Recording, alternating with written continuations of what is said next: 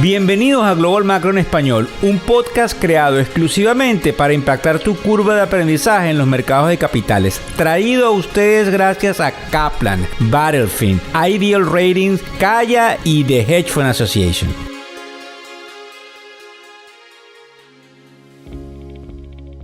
De octubre del año 2023, me gustaría muchísimo pedirles que escuchen con un poco de calma todo lo que tenemos el día de hoy. Creo que es interesante. Como saben, mi frase predilecta, buenas noches, buenas tardes o buenos días, pero aquí vamos un poco más a hacer una especie de análisis muy interesante con respecto a lo que estamos observando, no solamente en materia geopolítica, porque no podemos anticipar qué pueda pasar en el conflicto, sino cómo se están moviendo los mercados de una manera que para muchos, incluyéndonos, puede ser un poco errática. Fíjense bien, a priori, cuando nosotros lanzamos el newsletter del día de hoy, 20 de octubre, dijimos en el mismo que el mercado seguía mostrando fortaleza. E indudablemente decimos esto porque fíjense todas las malas noticias que hay en los mercados internacionales a nivel mundial, donde tenemos ahora ganancias corporativas cayendo, donde tenemos una inflación controlada que más bien denota que vamos hacia el otro lado, es decir, hacia etapas recesivas, donde tenemos lamentablemente un gobierno disfuncional en los Estados Unidos, porque el Speaker of the House, que es en lo que los Estados Unidos se le llama el presidente del Congreso, o el tercero en la línea de mando presidencial, no existe. Los republicanos no se ponen de acuerdo y a eso le tenemos que sumar fundamentalmente toda los sinsabores que estamos encontrando en materia, de preparación hacia lo que pudiese ser una escalada internacional. Como ustedes saben, hace unos días se reúne Putin con China, no sabemos qué está haciendo Corea del Norte, que tienen más nucleares, una cantidad de amenazas entre Irán e Israel. Es decir, todas las noticias parecieran ser malas, pero el mercado, a esta hora que son las 11:54 de la mañana de hoy, viernes 20 de octubre, está tan solo cayendo 146 puntos en el caso del Dow Jones, que es 0.44%. Quien está cayendo más es el Nasdaq, producto del titular de que desde el año 2007 no teníamos el bono a 10 años en el nivel donde está, en el nivel en términos de rendimiento, porque para que esté en ese término de rendimiento, alguien lo está vendiendo. Entonces, los dos temas que vamos a tocar hoy va a ser el tema de Venezuela y por qué importa internacionalmente y qué dijo, por ejemplo, alguien tan importante en la política americana como lo fue el presidente Trump, y lo es porque es el abanderado republicano potencialmente de caras a las elecciones del 2024, y qué sucede con lo que estamos observando en materia de los bonos. Fíjense bien, la parte más interesante, y voy a tratar de dejar de último, me perdonen, la parte de Venezuela, porque recuérdense que dentro de lo que hacemos en la tribuna nos enfocamos en la construcción del portafolio y en las noticias económicas que nos afectan directa o indirectamente. Y a pesar de que hay muchos venezolanos escuchándonos, porque saben, el equipo de factores económicos está comprendido por muchos venezolanos, aunque hay de otras nacionalidades, definitivamente el tema de los bonos es algo que es demasiado capcioso. Fíjense bien. Si nosotros estamos infiriendo que vamos a un escenario de recesión, si nosotros durante las últimas lecturas, no solamente en los Estados Unidos, sino a nivel internacional, observamos una inflación cayendo, si nosotros en definitiva también estamos observando una merma en la liquidez, si nosotros también estamos observando, por ejemplo, algún tipo de anticipación hacia una temporada navideña que no sea tan estruendosa como normalmente han sido las temporadas navideñas. Nosotros tenemos líneas aéreas probablemente teniendo que hacer ajustes a nivel de pasajes porque los vuelos probablemente no van a estar tan llenos como lo hemos visto. Si nosotros también tenemos que lamentablemente desde el punto de vista de crédito, los pagos tardíos empiezan a aumentar. Si tenemos a bancos como Citigroup diciendo hay un peligro con la cartera morosa. Si nosotros observamos al presidente de JP Morgan hace un par de semanas atrás diciendo que quizás estamos en el momento más preocupante de la etapa contemporánea. Si nosotros observamos lo que dicen compañías como Blackstone el día de ayer, donde habla de que definitivamente viene una desaceleración, que ya lo están observando y que tienen alrededor de 200 billones de dólares listos para ir a comprar cosas en el momento en que el distress, que es como se dice en inglés, se genere, es increíble. Y aquí es donde voy, de por qué los papeles los siguen vendiendo, es decir, saliendo de esos papeles de cara a una desaceleración. Entonces nos llama mucho la atención porque los bancos regionales también parecieran estar cayendo producto de que nos encontramos enfrente de posibles nuevas alzas de tasas de interés, pero las alzas de la tasa de interés no vendrían por el lado del Banco Central, sino por el lado del mercado secundario. ¿Y qué es el mercado secundario? El mercado en donde todos acuden para comprar y vender títulos valores. Ese es el mercado que se está ajustando, y para los que se preguntan, ese es el efecto que tienen las subidas de tasas de los bancos centrales, que meses después ajustan a lo que se llama el mercado secundario, que es el mercado donde interactuamos todos nosotros. ¿Por qué es importante el bono a 10 años? Primero, y nosotros jocosamente desde la tribuna lo llamamos el general, porque tiene un efecto fundamental en la formación de las tasas de interés de casi todo lo que nos afecta. Y en segundo lugar, porque en los actuales momentos no solamente hay bancos centrales vendiendo papeles del gobierno americano, sino que hay alguien preparándose para algo complicado. Fíjense bien otra noticia que salió el día de ayer 19. El hecho de que las comisiones nacionales de valores, y en efecto la Comisión Nacional de Valores de los Estados Unidos, estaría muy preocupada con el nivel de apalancamiento de los fondos de cobertura. Sí, pero un momento, los fondos de cobertura, los hedge funds, fundamentalmente trabajan con apalancamiento. Cuando leemos las noticias nos dice de que ellos están preocupados con lo que se llama el basis trade. Cuando vamos a ChatGPT y buscamos, por supuesto lo sabemos, pero para decírselos cómo podrían ustedes conseguirlo, en Google o en ChatGPT. El basis trade es un nivel de arbitraje que hay entre los mercados, en el mercado spot, que es el mercado de contado, y los mercados a futuro, conjuntamente con la tasa de interés que cuesta el costo del dinero, valga la redundancia, y la volatilidad, que son las posibles asunciones que tienen los modelos económicos de hacia dónde se debería ubicar en el tiempo el título o valor, porque estamos hablando del futuro. Es muy importante porque no se compagina el hecho de la venta de estos papeles con un escenario negativo en el corto o mediano plazo. Algo no nos cuadra en los modelos, y hay otros mucho más experimentados de los que somos en la tribuna que probablemente van a dar explicaciones al respecto durante los próximos días. Ahora bien, dentro de lo que nos concierne con respecto a Venezuela, tenemos que ser bien responsables en decirles a quienes no son venezolanos y son de otras nacionalidades el hecho de que la importancia de Venezuela no está solamente en su capacidad de producción hoy, sino de lo que puede pasar en el corto plazo. Hay algunos que apuestan de que Venezuela no pudiese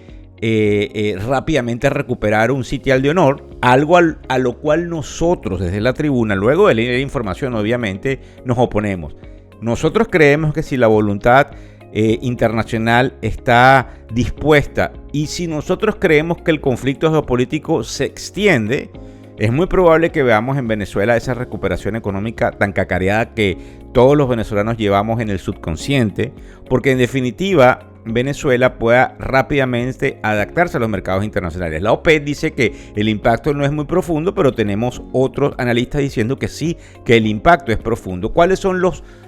pros o la parte positiva que sucede en Venezuela? Que exista definitivamente una permeabilización del proceso de crecimiento económico que impacte a la población positivamente, que nosotros tengamos la vuelta de capitales internacionales producto de todas las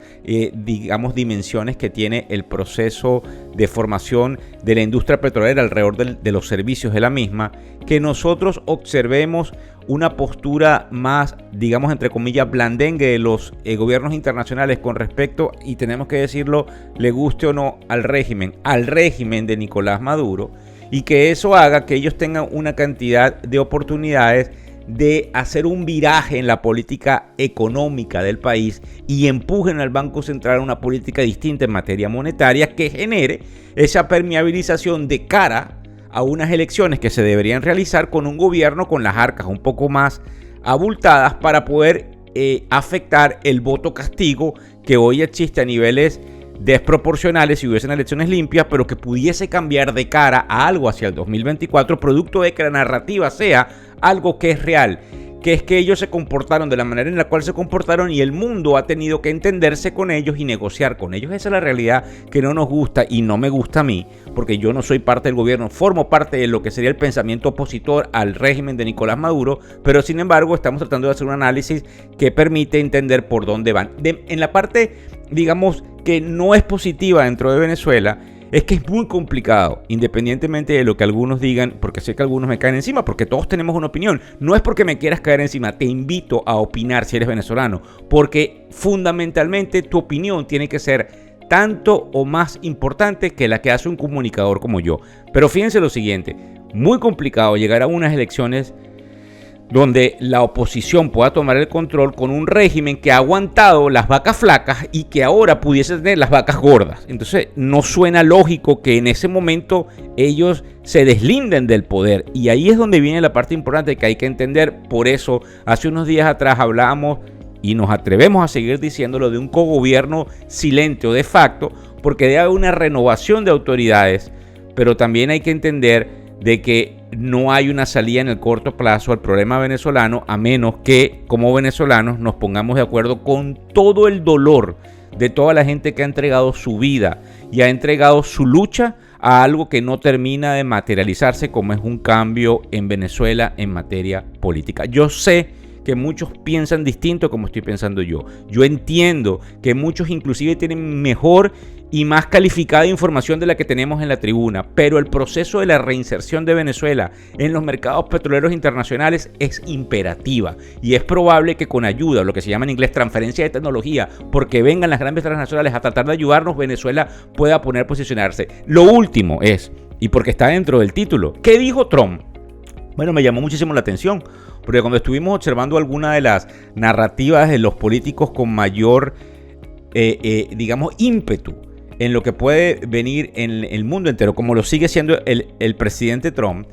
él habla de que cuando él estaba en la Casa Blanca estuvo a punto de, entre comillas, derrocar al gobierno venezolano y que no se le compraba petróleo, y también aduce de que el petróleo venezolano es como el alquitrán, es uno de los peores petróleos que hay y que se requieren de unas maquinarias especiales desde el término de las refinerías para poder ponerlo a nivel, digamos, a tono de los mercados internacionales. Algo que en lo cual él tiene razón, pero también es cierto que son las mayores reservas de petróleo en el hemisferio y en el mundo, y que pudiesen ser un canal, digamos, de petróleo seguro para los Estados Unidos. No sabemos en materia geopolítica cómo se comportaría China o cómo se comportaría Rusia o cómo se comportarían los cubanos, que en definitiva están marcando la pauta de las directrices del gobierno venezolano. Lo cierto es que Trump insiste en que es un error comprar petróleo venezolano, obviamente desde el punto de vista de los Estados Unidos, pero nosotros, inclusive a estar totalmente opuestos al régimen, seguimos como venezolanos apostándole a nuestro país, y sabemos que independientemente de que le pone condiciones esenciales y positivas a ellos para poder defenderse en las elecciones del 2024, también hay un proceso de permeabilización en esa persona que todos conocemos, que tiene un rostro anónimo, que trabaja y se levanta a las 5 de la mañana y que toma una camionetica y que defiende y lucha por nuestra sociedad venezolana. Y me perdonen que haya sido un poco apasionado y que me haya alargado, pero esto es una realidad de la cual vamos a escuchar. Mucho cuidado con el tema del precio del petróleo, porque otra vez lo vemos hoy rondando los $90 por barril. En el caso de la canasta, el Brent, que es el petróleo que marca la pauta, está un poco más alto. Para que tengan una idea, a las 12:05 del mediodía del día de hoy, el petróleo lo tenemos en $93.33 por barril en el Brent y la canasta en 90.16. Nosotros también tenemos que prestarle atención al cripto, que coquetea con los 30.000. Tampoco entendemos todas las cosas que están sucediendo aquí, pero hay que prestarle atención